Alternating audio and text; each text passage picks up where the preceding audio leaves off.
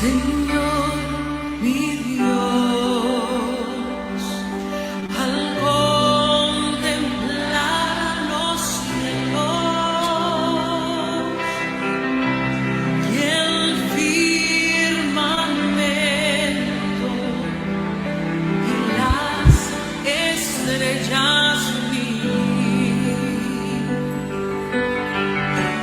al oír tu voz, que los potentes truenos y ver brillar el sol en su cenit.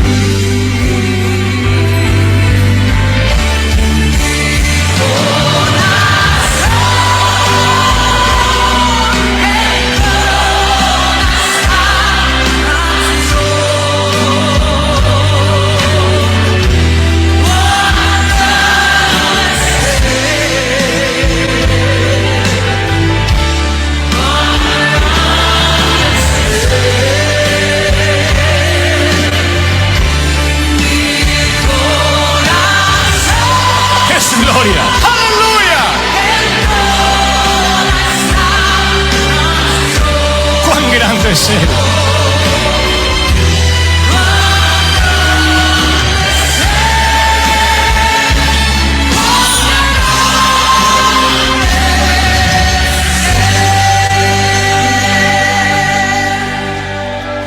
Al recorrer los montes y los valles y ver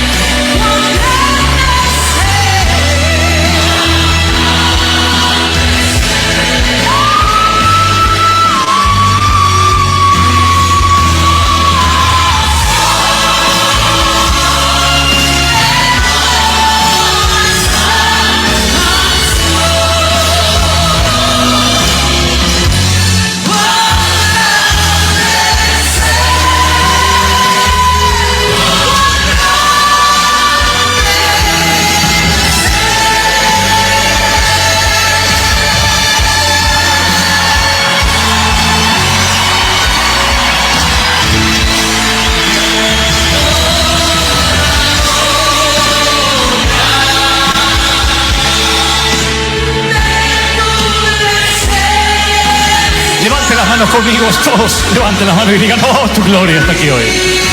¡Santo! Pueden sentir la atmósfera está cambiando ahora. Su gloria está aquí hoy. ¡Oh!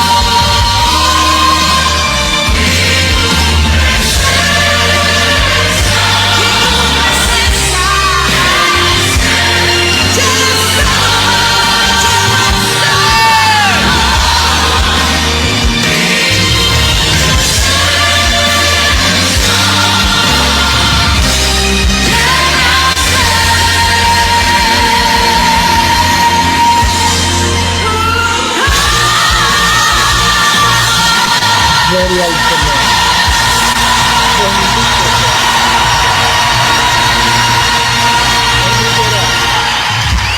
Diga que juntos oremos al Señor en esta hora y nos unamos para pedir la bendición del Señor en este culto que como familia de reconciliación le rendimos a Jehová Dios de los ejércitos. Padre, te bendecimos, te exaltamos porque solo tú eres Dios. Tú eres el único Dios, Yahweh, Jehová Dios de los ejércitos, el Dios de Israel, nuestro Dios.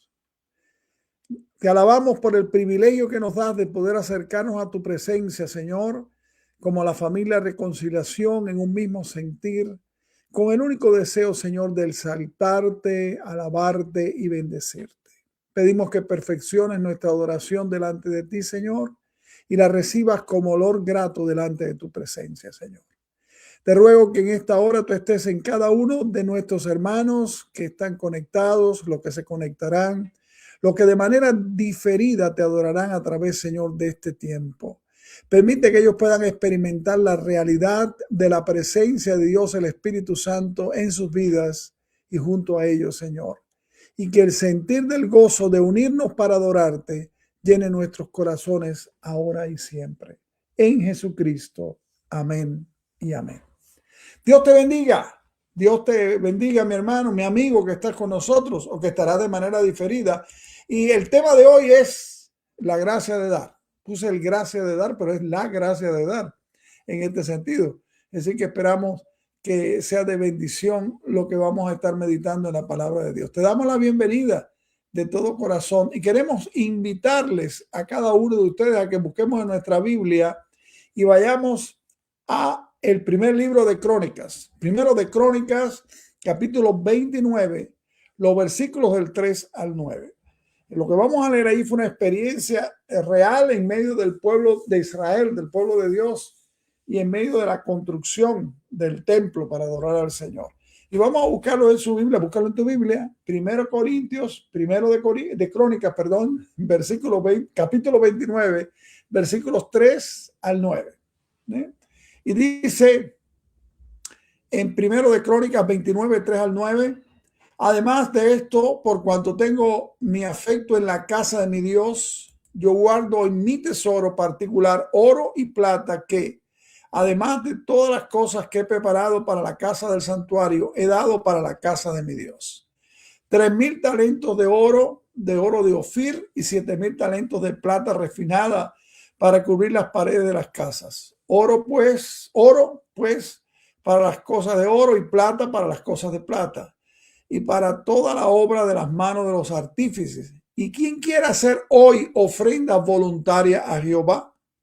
Entonces los jefes de familia y los príncipes de las tribus de Israel, jefes de millares y de centenas, con los administradores de la hacienda del rey, ofrecieron voluntariamente y dieron para el servicio de la casa de Dios 5,000 talentos y 10,000 dracmas de oro, 10,000 talentos de plata, 18,000 talentos de bronce y 5,000 talentos de hierro. Y todo el que tenía piedras preciosas las dio para el tesoro de la casa en manos de Jehiel Gersonita. Y se alegró el pueblo por haber contribuido voluntariamente, porque de todo corazón ofrecieron a Jehová voluntariamente. Amén.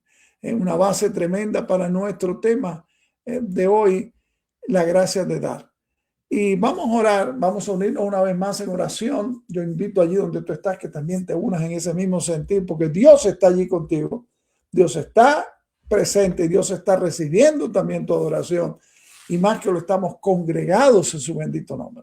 Y vamos a orar por esas necesidades y esas peticiones que día a día, que quizás por mucho tiempo hemos estado haciendo conforme a la voluntad del Señor, con la certeza de que Dios responde siempre la oración de sus hijos. Gracias, Señor. Padre, seguimos ante tu presencia alabándote y bendiciéndote, porque tú eres nuestro Dios. Tú eres el todo de nuestra vida, Jehová Dios. Tú eres el Señor de los ejércitos celestiales.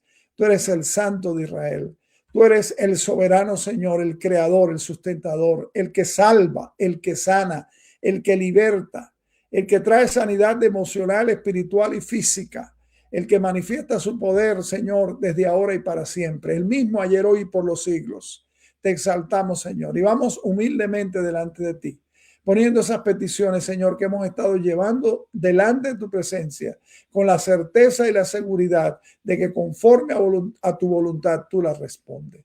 Mira, Señor, esas peticiones que estamos elevando delante de ti, para que nuestros seres queridos te reciban como el Señor y el Salvador de sus vidas. Oh, Señor, trae convicción de pecado al corazón de nuestros seres queridos, Señor. Obra, Espíritu Santo de Dios, allí en sus corazones. Y, Señor, tráelos a tus pies, porque tú eres el Dios que salva, el Dios que sana, el Dios que liberta, el Dios que quiere bendecir. Mira, Señor, las oraciones por aquellos que están lejos, están en pecado, en maldad y necesitan volverse a ti, Señor. Los que están siendo tentados, Señor. Aquellos que están siendo, Dios, movidos, oh Dios, por las fuerzas del maligno, pero en ti hay poder y nuestra esperanza es solamente en ti. Padre, confiamos y descansamos en ti. Gracias, Señor, en Cristo Jesús. Amén y amén. Aleluya.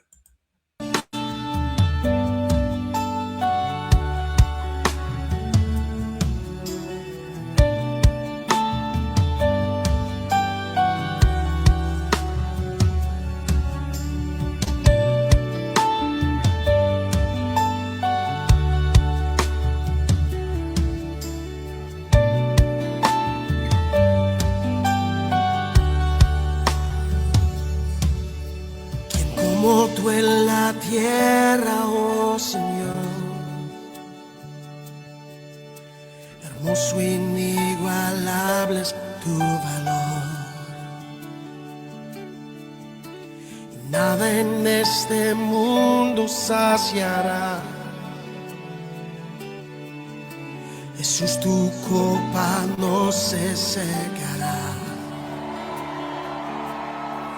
Tu presencia es el cielo para mí. Oh, tu presencia es el cielo para mí. tesoro de mi alma, corazón. Me das tu gracia, ángel de mi sol. De mis errores eres redentor. En mi futuro eres el guardador. Tu presencia es el cielo para mí. Oh, tu presencia es el cielo para mí. Alza tu voz, tu presencia es el cielo para mí. Hermosa es tu presencia. Oh, tu presencia es el cielo para mí.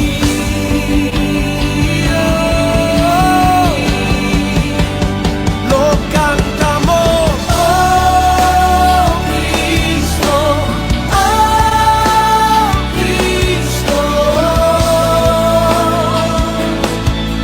Tu presencia es el cielo para mí, oh Cristo,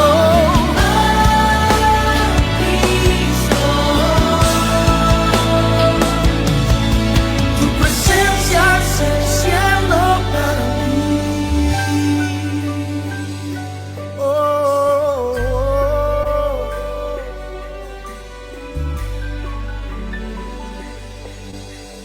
mientras tenga vida esperaré. Cuando cara a cara te veré. Nada en este mundo saciará. Jesús, tu copa no se secará. Nada en este mundo saciará. Jesús, tu copa no se secará. Jesús, tu copa no se secará. No se secará. Oh, tu presencia es el cielo para mí, para mí, para mí. Tu presencia es el cielo para mí. Oh, Cristo, tu presencia es el cielo para mí. Hermosa es tu presencia. Oh, oh, oh. Es el cielo para mí. Yeah. Oh, para mí. Yeah. Lo cantamos. Oh Cristo, tu presencia es el cielo para mí. Oh Cristo, oh Cristo, tu presencia es el cielo para mí. Oh Cristo,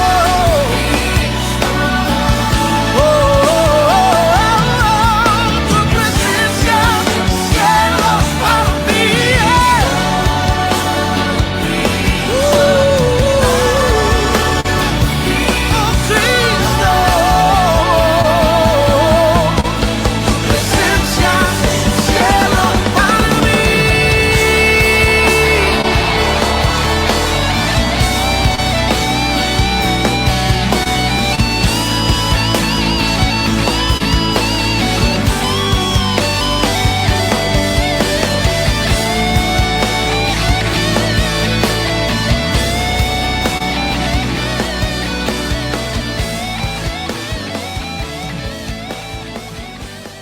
Gloria al Señor, gloria al Señor. La presencia es el todo, la presencia de Dios. Y espero que esa real presencia de Dios tú la estés experimentando en este momento, mi hermano, mi hermana, allí donde tú estás. Qué bueno que estamos congregados en una sola familia con el mismo sentir.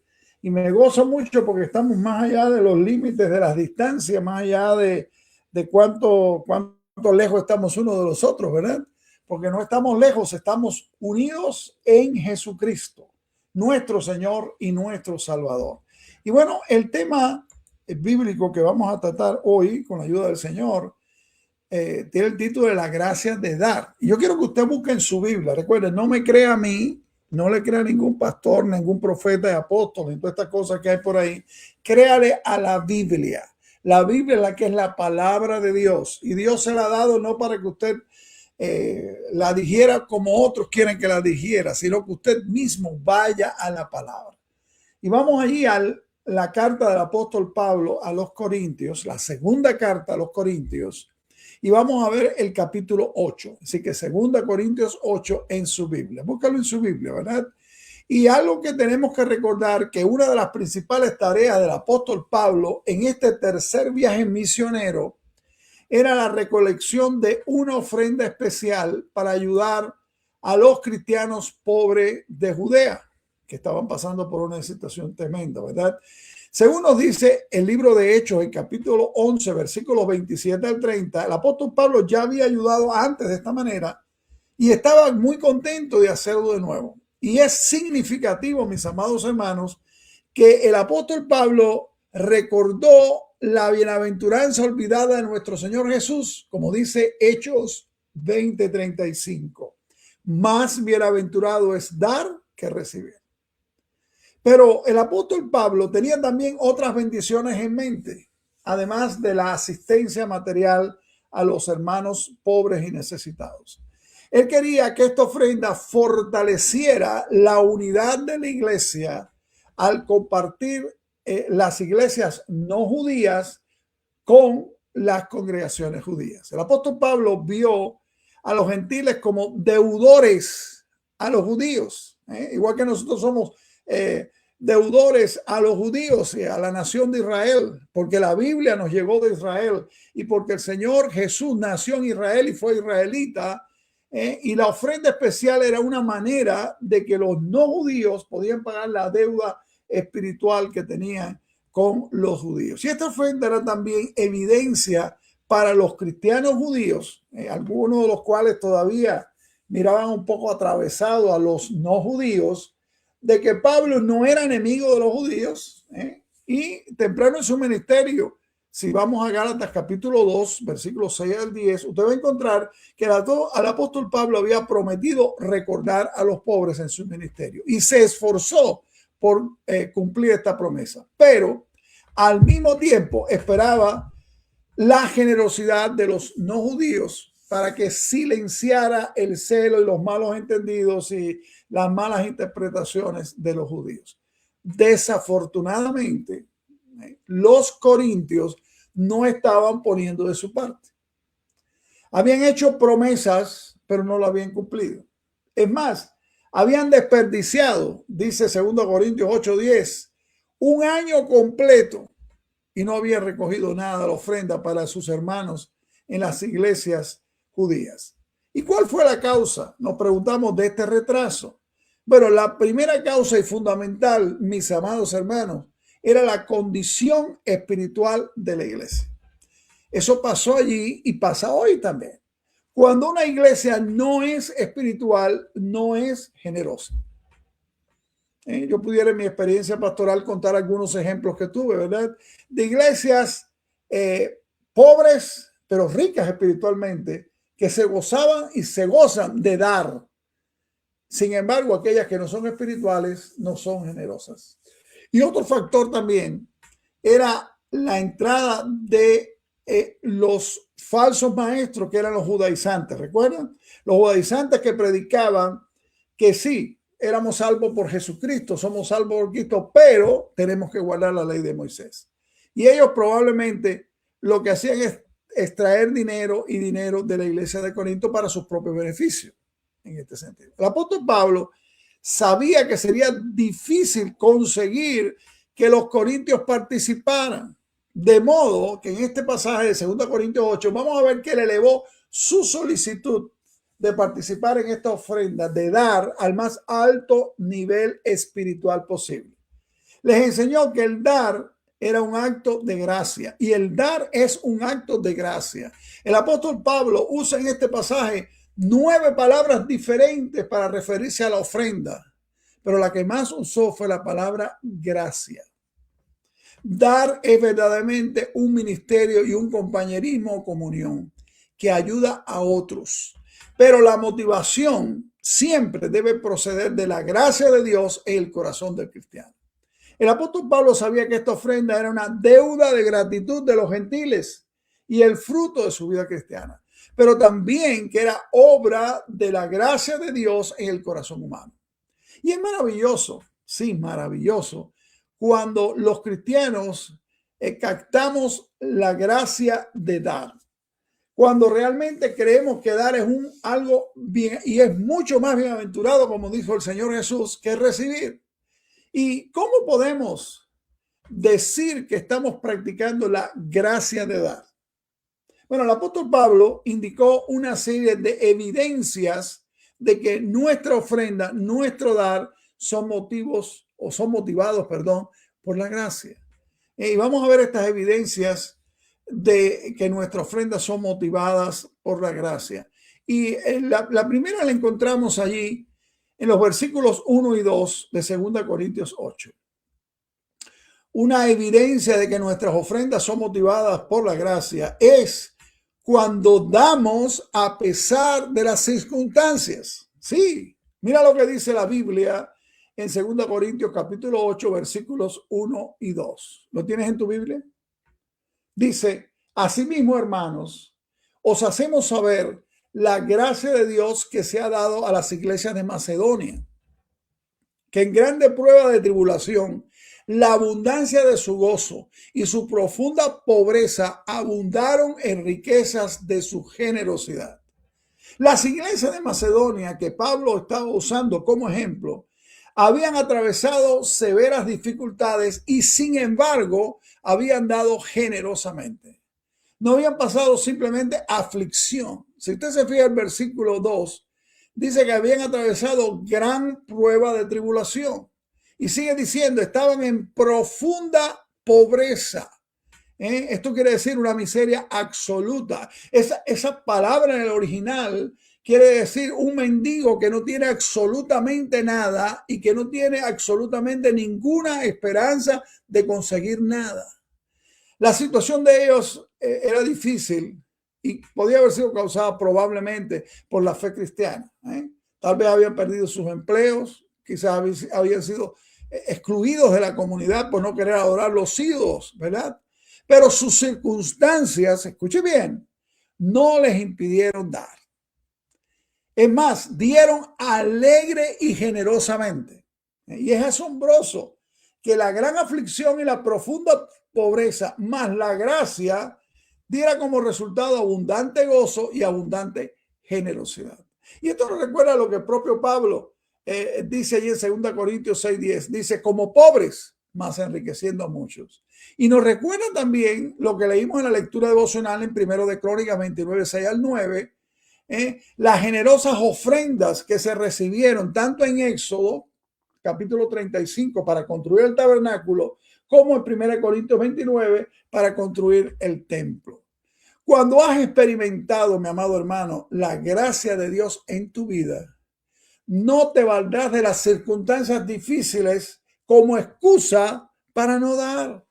Dar de gracia significa dar a pesar de las circunstancias.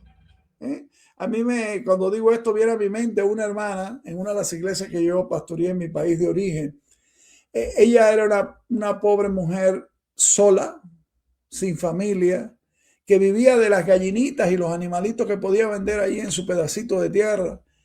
Y ella nos visitó la congregación, recibió a Cristo. Su primera visita reconoció su necesidad de Dios, se arrepintió, le pidió perdón, confió en Jesucristo Y el lunes, en el camino, cuando yo iba para otra de las iglesias, me encontré con ella, o ella se encontró conmigo, y me dijo, pastor, yo vi que ustedes reparten unos sobrecitos en la iglesia y yo quiero mi sobrecito. Y yo me quedé así, le dije, pero ¿cómo? ¿De dónde usted va a dar? Me dijo, pastor, Dios me ha dado lo más grande ayer, que ha sido la salvación, la vida eterna y la esperanza de gloria. Déjeme participar. Dar de gracia, hermanos, significa dar a pesar de las circunstancias. Y otra de las evidencias de que nuestras ofrendas son motivadas por la gracia está en los versículos 3 y 4. Cuando damos con entusiasmo. Vamos a leer la Biblia. 2 Corintios 8, 3 al 4. Leemos. Pues doy testimonio de que con agrado, hablando de las iglesias de Macedonia, han dado conforme a sus fuerzas y aún más allá de sus fuerzas, pidiéndonos, escuchen esto, con muchos ruegos que les concediésemos el privilegio de participar en el servicio para los santos. Es posible dar generosamente y dar sin entusiasmo. Las iglesias de Macedonia no necesitaban incentivos o recordatorios, como ocurría en el caso de la iglesia de Corinto, ¿verdad? Estaban más que dispuestos a participar de la recaudación. Es más bien, dice el versículo 4, 2 Corintios 8, vuelvo a leer, que le suplicaban que lo incluyera en la ofrenda. Yo le pregunto en esta hora, ¿cuántas veces usted ha oído a un cristiano suplicar que lo dejen ofrendar? Esta ofrenda era voluntaria, hermanos. Era una ofrenda espontánea, era de gracia y no por presión. Yo aprovecho para decirte esto, no se deje presionar para dar.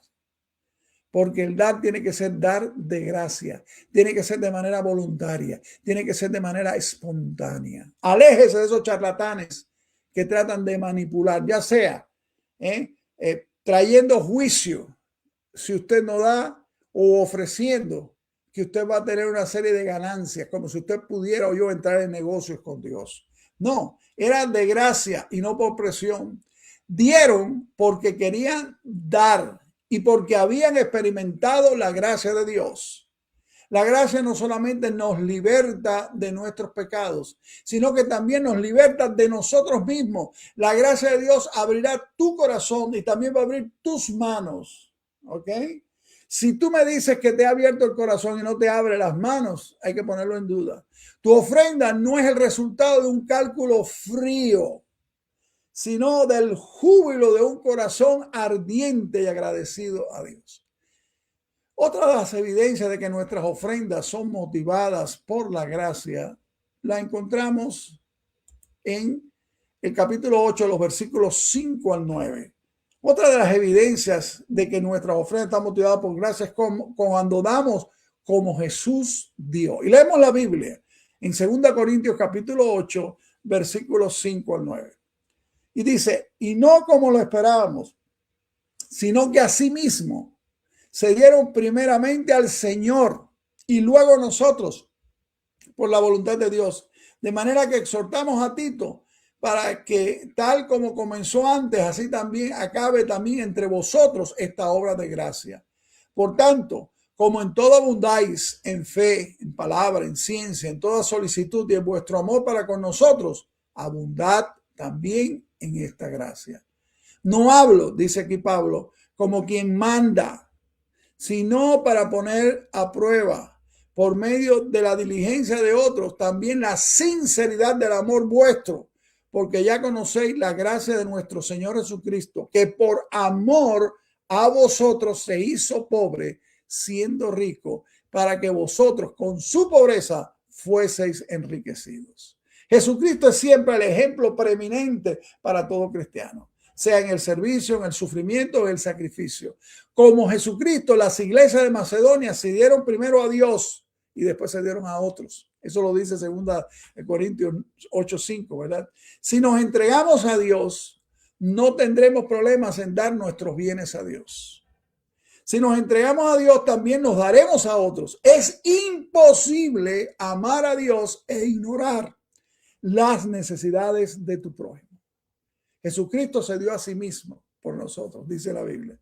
¿Acaso no debemos nosotros darnos también por él?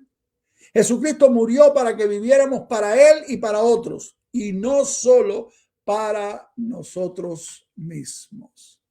Lo que los macedonios dieron fue como lo que Cristo dio motivado por el amor. Vuelve a leerlo ahí en 2 Corintios 8, los versículos 7 y 8.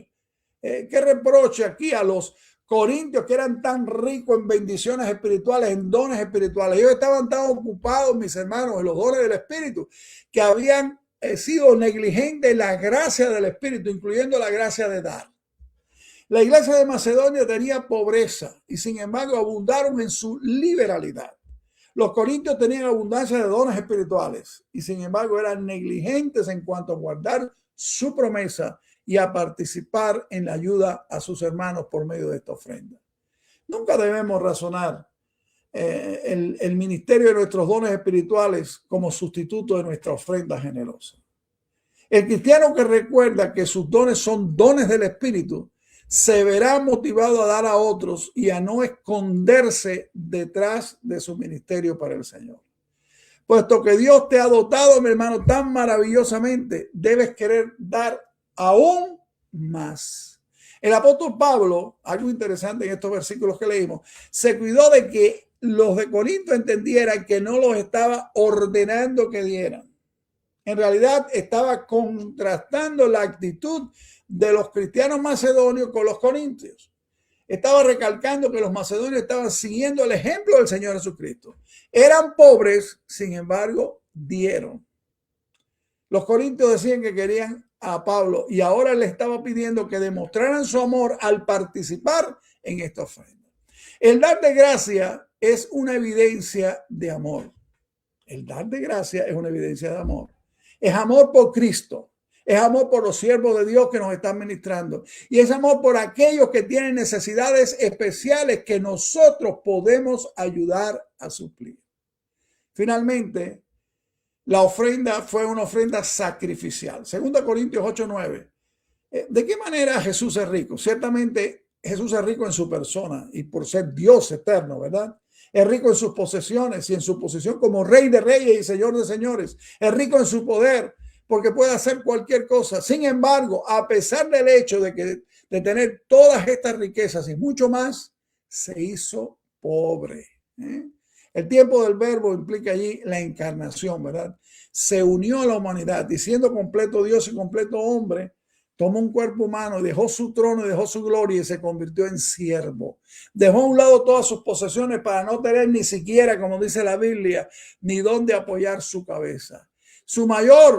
La mayor experiencia del Señor de experimentar la pobreza se concretó cuando fue hecho pecado por ti, por mí, en la cruz. El infierno es pobreza eterna. Y en la cruz Jesucristo llegó a ser el más pobre de los pobres. ¿Y por qué lo hizo?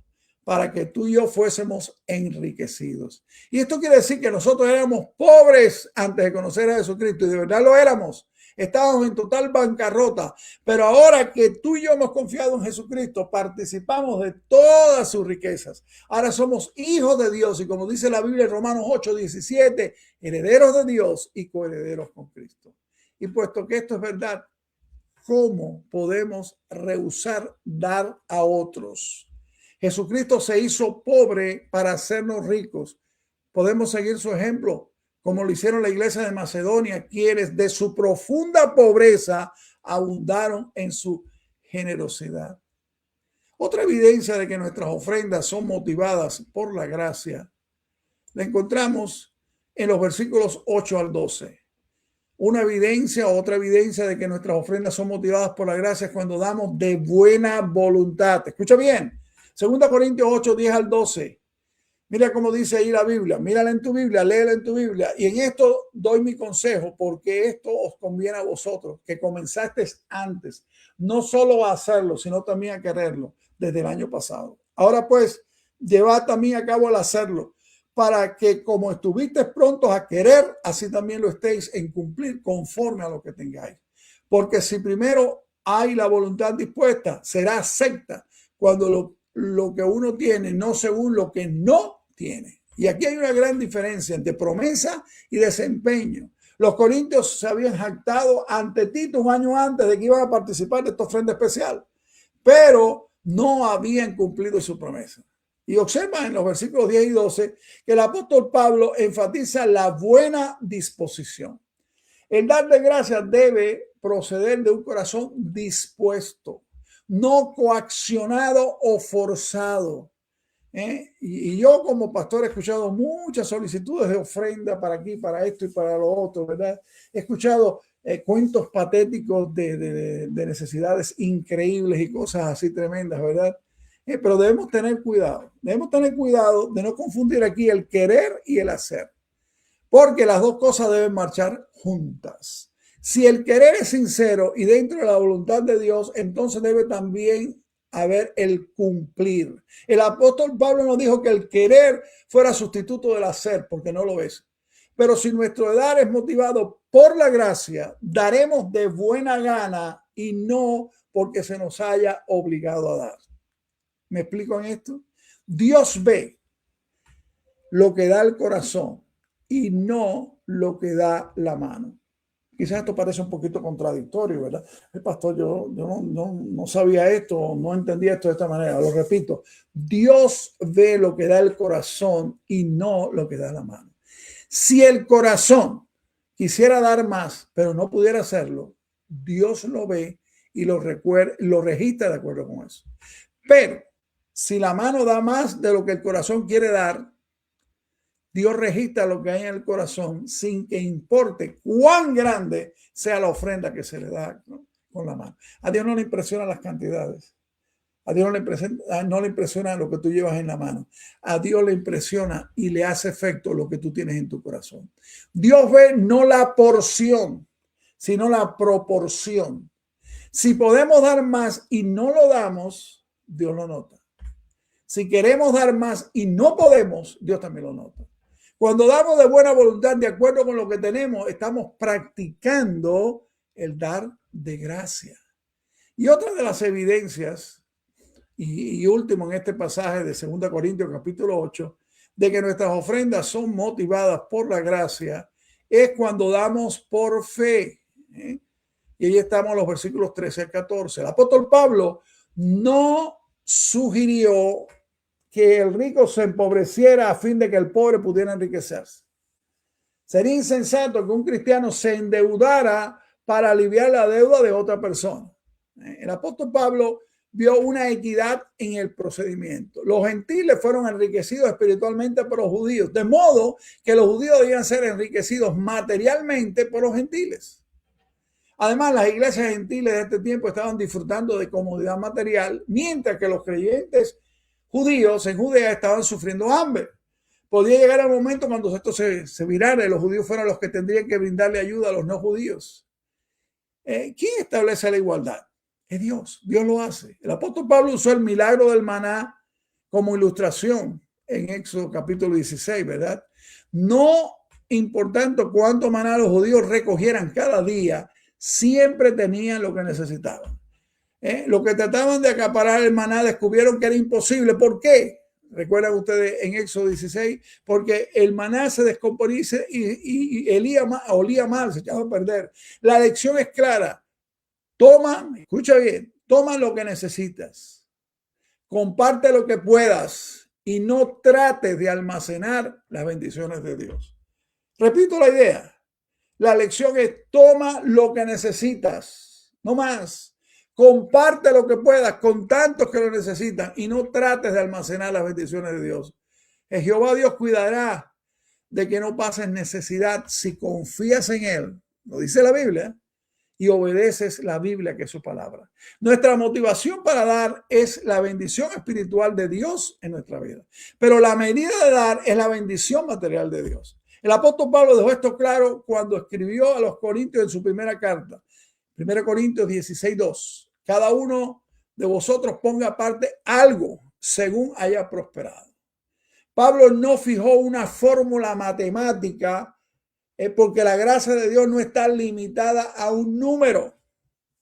Ay, pastor, yo eso nunca lo había oído. Yo pensaba, algunos se sienten asombrados cuando yo le digo, yo no creo en el diezmo. ¿Por qué no creo en el diezmo? Mire, yo no había oído eso. Ahora quizás usted presta más atención en este momento a lo que voy a decir.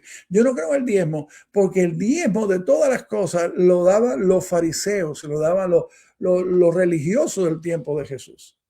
La gracia va más allá de la ley, es más perfecta. Cuando usted y yo damos solamente el 10%, estamos dando lo que daba un miserable fariseo. De más, cuando usted se va más allá es que usted está dando, es cuando realmente estamos dando. Y eso es lo que no podemos aferrarnos a una fórmula. Yo recuerdo a un cristiano en mi país de origen que él ganaba 117 pesos y él daba el diezmo de 11,70 centavos. Yo cada vez que veía aquello me quedaba mirando, decía, qué fariseo, qué hipócrita, darle al Señor 11,70. ¿Por qué no le das 12? Como mínimo. Son 30 centavos más, pero redondéalo por arriba y no seas tan de irte a una fórmula matemática y nada más. La gracia de dar es sistemática. Sí, sistemática. No es un día, no es cuando te acuerdas, no es cuando... No, pero no es legalista. Alguien me dijo hace unos años, me dijo, pastor, si alguien no da el diezmo, no se salva. La salvación no está en el diezmo. La salvación es por gracia, por medio de la fe en Jesucristo. Y cuando damos, que debemos dar más del diezmo, lo damos de corazón, de una manera sistemática y en gratitud por la salvación que Dios nos ha dado. No se da para satisfacer el dar mínimo, puesto que Dios es quien lleva las cuentas. No podemos acusar a Pablo de que estaba fomentando el comunismo dentro de los cristianos de Corinto. No. Este llamado comunismo que algunos han tratado de sacar de Hechos de los Apóstoles, capítulo 2 y capítulo 4, no tiene relación ninguna con esta otra cosa que algunos han tratado de poner en el mundo como un sistema político y económico. Los creyentes en el tiempo de la iglesia primitiva, como muchos creyentes hoy, compartieron y comparten voluntariamente lo que tienen, pero no por obligación a la gente. No fueron obligados y el programa entero fue un programa temporal. Prueba de esto es esta ofrenda que está aquí Pablo levantando en las iglesias de Macedonia y de Corinto para aliviar la necesidad de los hermanos. El dar de gracias es asunto de fe, hermano. Obedecemos a Dios y creemos que Dios suplirá nuestras necesidades mientras ayudamos a suplir las necesidades de otros. Así como los judíos recogían el maná cada día, nosotros debemos depender de Dios cada día. Como dice la Biblia en Mateo 6:11, el pan nuestro de cada día, dánoslo hoy. No debemos desperdiciar o malgastar lo que Dios nos da, pero tampoco debemos acapararlo. En la voluntad de Dios está bien el ahorrar, pero fuera de la voluntad de Dios, las riquezas que tú y yo acumulamos van a hacernos más daño que bien. Y hay una traducción al español de Santiago capítulo 5, versículos 1 al 4, que yo quiero leerles. Dice Santiago 5, 1 al 4. Presten atención ustedes los ricos, lloren y giman con angustia por todas las calamidades que les esperan. Su riqueza se está pudriendo y su ropa fina son trapos carcomidos por polillas. Su oro y plata se han corroído. Las mismas riquezas con las que contaban les consumirán la carne como lo hace el fuego. El tesoro corroído que han amontonado testificará contra ustedes el día del juicio. Así que escuchen, oigan la protesta de los obreros del campo, a quienes estafaron con el salario. Los reclamos de quienes les cosechan sus campos han llegado a los oídos del Señor de los ejércitos celestiales. Santiago. Desde el versículo 16 de 2 Corintios 8, el apóstol Pablo pasa de un profundo principio espiritual a consejos prácticos sobre cómo manejar esta ofrenda especial. Mientras que es cierto que el dar de gracias quiere decir dar por fe, también es cierto que el dar de gracias no significa dar al azar. El cristiano que comparte con otros, escucha bien esto, debe asegurarse de que lo que da es manejado con honradez y fidelidad. Sí, no es dar por dar, como algunos dicen, yo doy, no importa cómo sea. No, usted tiene también la responsabilidad de asegurarse que lo que usted da se está usando con honradez y con fidelidad. El dar de gracia no es dar de forma insensata, hermano. Incluso en las iglesias locales, las personas que manejan los fondos deben estar aptos para ellos y aptos especialmente espiritualmente, ¿verdad? El apóstol Pablo puso mucho cuidado en cómo se manejaba el dinero de la ofrenda, porque no quería que se le aplicara la reputación de ladrón religioso. Las iglesias que contribuían con la ofrenda escogerían a algunos representantes que iban a viajar con el apóstol Pablo, de modo que todo fuera hecho de manera honrada, decente y con orden. Los hombres y mujeres que se hallan en cualquier ministerio, en cualquiera, deben poseer las siguientes cualidades, y especialmente si van a dedicarse a manejar el dinero de la iglesia. Primero, deben tener un deseo dado por Dios para servir. Deseo a servir.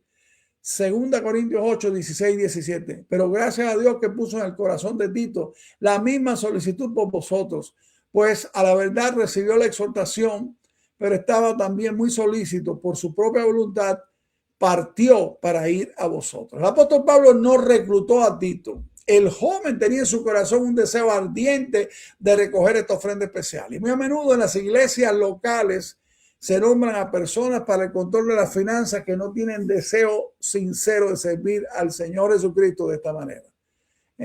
Por sobre toda otra cosa, la persona o las personas que manejan el dinero del Señor deben tener, o mejor diríamos, tienen que tener una buena relación con Dios. Esta cualidad de manejar el dinero de las personas que se ponen en esta posición, y Pablo lo pone aquí de ejemplo al versículo 18, deben tener una pasión por los que están perdidos. Lo más importante para usar el dinero de la iglesia no es para construir edificios, no es para comprar equipos raros, no es para poner sillas especiales, no es para poner alfombras oscuras con lucecitas moviéndose detrás de la pantalla. No. Lo más importante es que el evangelio de Jesucristo sea predicado y sea extendido y alcance a las vidas. Dice en 2 Corintios 8, 18, y enviamos junto con él al hermano cuya alabanza en el evangelio se oye por todas las iglesias. Y no sabemos quién es este hermano, pero agradecemos a Dios que su testimonio era de que él proclamaba a Jesucristo como Señor y Salvador. Quizás era un evangelista, pero era conocido por las iglesias como un hombre que tenía pasión por predicar el mensaje de salvación por gracia por medio de la fe en Jesucristo. Hemos visto tristemente iglesias que aprueban grandes cantidades de dinero para edificios, para equipos. No estamos diciendo que sean malos los edificios, sean malos los equipos, hermano, pero a veces estamos viendo tantas cosas raras, tanto en nuestros países, donde hay tanta necesidad material. Vemos a personas pasando necesidades materiales y a comunidades pasando necesidades materiales cuando nosotros estamos fabricando templos multimillonarios con múltiples estructuras, con cosas tan raras, edificios y equipos, cuando en realidad necesitamos asignar más y más fondos para que se predique el evangelio de Jesucristo para alcanzar a las personas. Para manejar el dinero, una de las cualidades es un gran deseo de honrar al Señor. Dice el versículo 19, y no solo esto, sino que también fue designado por las iglesias como compañero de nuestra peregrinación para llevar este donativo que es administrado por nosotros para gloria del Señor mismo y para demostrar vuestra buena voluntad. Muy a menudo los informes financieros glorifican a las congregaciones, a las iglesias, a los que donan, pero no glorifican a Dios. No hay tal cosa, y eso es algo que tristemente entró en el cristianismo hace muchos siglos, ¿verdad? Como secular y sagrado, como negocios y ministerios. Todo lo que hacemos es sagrado y forma parte del ministerio de la obra del Señor. Y la cosa más espiritual, escucha bien, que una congregación puede hacer es usar su dinero sabiamente para el ministerio espiritual. Glorificamos a Dios al usar lo que Dios nos da de la manera en que Él quiere que lo usemos. Si las personas que manejan las finanzas de la iglesia no tienen interés en glorificar a Dios, pronto van a estar usando esos fondos en tonterías. Y uno se queda abismado al ver en hacer el edificio más grande, en ponerle más plantas, en ponerle los equipos más raros habidos y por haber, en vez de usarlo para alcanzar a las personas. En los versículos 20 al 22 hay otra cualidad. Una reputación de honradez para usar bien el dinero, la ofrenda. Dice el versículo 20 al 22, evitando que nadie nos censure en cuanto a esta ofrenda abundante que administramos, procurando hacer las cosas honradamente, no solamente delante del Señor, sino también delante de los hombres. Enviamos también con ello a nuestro hermano, cuya diligencia hemos comprobado repetidas veces en muchas cosas, y ahora mucho más diligente por la mucha confianza que tiene en vosotros. El apóstol Pablo dijo claramente que estaba plenamente de acuerdo con que hubiera representantes de las iglesias que cooperaban a llevar las ofrendas. Quería evitar cualquier acusación. Y no es suficiente decir, bueno, el Señor ve lo que estamos haciendo. Debemos asegurarlo de que los hombres pueden ver lo que estamos haciendo. Y en 2 Corintios 8:22 dice que el énfasis es sobre la diligencia. Si hay una virtud que se necesita manejar las finanzas en las congregaciones, es la diligencia. Hay tesoreros que dicen, bueno, no importa si se informa, si no se informa, no importa cómo se recogen la ofrenda. Yo recuerdo uno de mis primeros pastorados en mi país de origen, que el que recogía las ofrendas y se las ponía en el bolsillo, no las contaba. Y la segunda vez que yo vi eso, le dije, venga acá, hermano, ¿y cómo usted sabe que cuánta ofrenda se recogió? No, yo me la pongo ahí. Eso es falta de diligencia, eso es falta de respeto, eso es falta de honradez en este sentido, ¿verdad? Otra de las cualidades es el espíritu de cooperación. Dice versículos 23 y 24, aunque finalizamos este capítulo, dice, en cuanto a Tito es mi compañero y colaborador para con vosotros, y en cuanto a nuestros hermanos son mensajeros de las iglesias y gloria de Cristo. Mostrad pues para con ellos ante las iglesias la prueba de vuestro amor y de vuestro gloriarnos respecto de vosotros. Tito no solo tenía un corazón en este ministerio, sino que sabía jugar en equipo, y Pablo lo llama su compañero y su colaborador. Los líderes de las finanzas no son dueños del dinero. ¿Me están escuchando bien eso? No. Quien lleva el dinero y maneja los dineros, los líderes que manejan la finanza de la iglesia, debe darse cuenta que el dinero le pertenece al Señor Jesucristo. Ellos solo son administradores del dinero de manera honrada y cuidadosamente para el servicio al Señor. La recolección de este fondo de ayuda especial es un esfuerzo cooperativo de iglesias no judías, y Pablo, los representantes, no eran sino mensajeros o apóstoles, porque eso lo quiere decir mensajero, ¿verdad? Enviados a una misión especial. Y estos creyentes dedicados sentían una obligación especial hacia las iglesias para hacer su trabajo honradamente y con éxito. El dar de gracia, hermano, es una aventura emocionante. Cuando aprendes a dar por gracia por medio de la fe, como dice Efesios 2:8 al 9, en cuanto a la salvación también, empezarás a experimentar la maravillosa liberación de las cosas y de las circunstancias. En lugar de que las cosas te posean, empezarás a controlarlas y vas a desarrollar un nuevo conjunto de valores y de prioridades. Ya no medirás más la vida, mi amado hermano, o a otras personas sobre la base del dinero o de las posesiones que tengas. El dar de gracia te enriquece al enriquecer a otros. Qué maravilloso, ¿verdad? El dar de gracia te hace más semejante a Cristo, mi amado hermano. Y yo te digo en esta hora, has descubierto el gozo de la gracia de dar. Permite al Señor que así pueda ser y que lo que hemos meditado en la palabra de Dios, tú lo vuelvas otra vez y vuelvas allí a mirarlo en detalle y puedas pedirle al Espíritu Santo de Dios que mora en ti, que Él haga esta realidad de la gracia de dar en tu corazón y que lo puedas hacer con gozo. Que Dios te bendiga, que Dios te guarde. Y tú, mi amigo, esta es especialmente para ti. Dios tiene un llamado para ti en esta hora. El llamado que Dios tiene es, Dios quiere darte vida, cambiar tu corazón, darte una nueva naturaleza, que sea la naturaleza de Dios, el Espíritu Santo, por gracia, por medio de la fe. ¿Qué hay que hacer? Las personas preguntan, ¿qué tengo que hacer? Bueno, lo que tienes que hacer es reconocer tu necesidad de Dios, reconocer que eres un pecador delante de Dios, que has ofendido a Dios, que eres un miserable delante de Dios, que no mereces nada sino el castigo eterno. Pero gracias a Dios porque Él tiene sus manos abiertas en esta hora para decirte, reconoce que eres un pecador, arrepiente de tus pecados, dice Dios, pídeme perdón y confía en Jesucristo y yo te voy a dar vida y vida en abundancia y vida eterna. La decisión es tuya, hazlo ahora mismo, no lo dejes para mañana. Que Dios te bendiga. Gozo yo quería, pero lo buscaba donde no lo había. Gozo, gozo, gozo yo quería, pero lo buscaba donde no lo había. ¡Y que viva Cristo!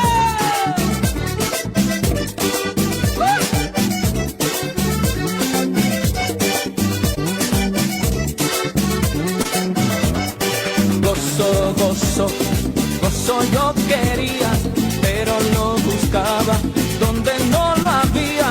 Gozo, gozo, gozo yo quería, pero lo buscaba donde no lo había. Pero un día Cristo, el dador de la vida, me dio de ese gozo del que yo quería.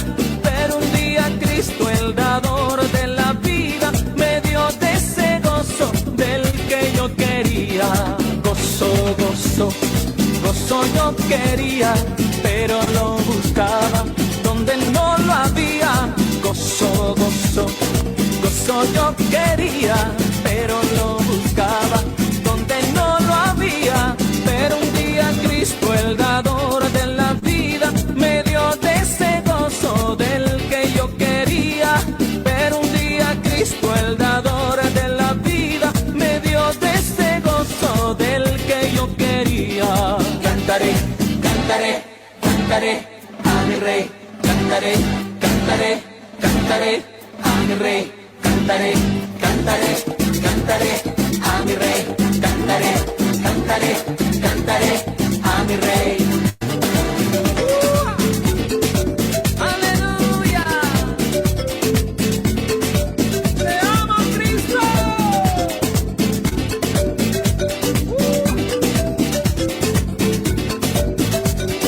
Era una escalera la que Jacob veía. Era una escalera la que Jacob veía. Ángeles bajaban y ángeles subían. Ángeles bajaban y ángeles subían. Pero era la gloria de Dios. Pero era la gloria de Dios. Pero era la gloria de Dios la que Jacob veía. Pero era la gloria de Dios. Pero era la gloria de Dios. Pero era la gloria de Dios la que Jacob veía. Era una escalera la que Jacob veía. Era una escalera la que Jacob veía. Ángeles bajaban y ángeles subían. Ángeles bajaban y ángeles subían. Pero era la gloria de Dios. Pero era la gloria de Dios. Pero era la gloria de Dios la que Jacob veía. Pero era la gloria de Dios. Pero era la gloria de Dios. Pero era la gloria de Dios la que Jacob veía. ¿Y cuántos aquí son victoriosos? Bueno, vamos a declararlo.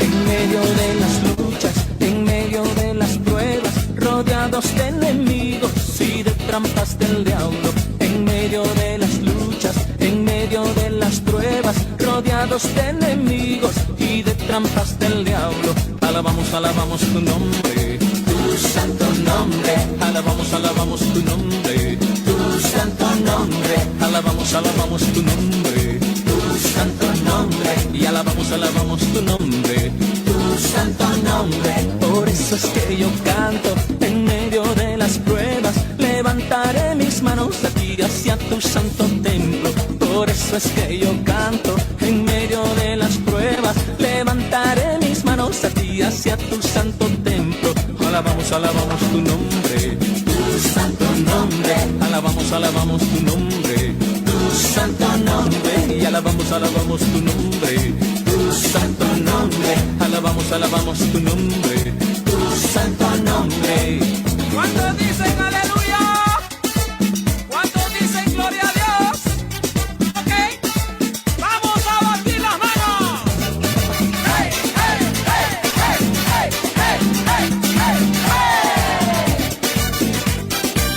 Jesús está pasando por aquí.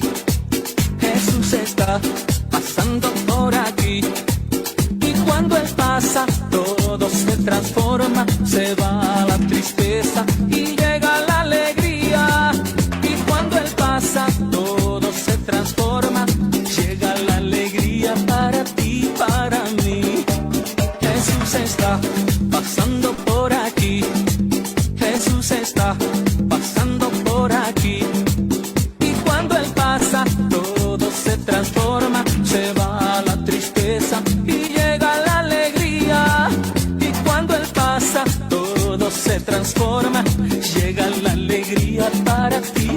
para mí. Alabamos, alabamos tu nombre, tu santo nombre. Alabamos, alabamos tu nombre, tu santo nombre. Alabamos, alabamos tu nombre, tu santo nombre. Alabamos, alabamos tu nombre, tu santo nombre. Alabamos, alabamos tu nombre, tu santo nombre. Alabamos, alabamos tu nombre, tu santo nombre. Alabamos, alabamos tu nombre, tu santo nombre. Alabamos, alabamos tu nombre, tu santo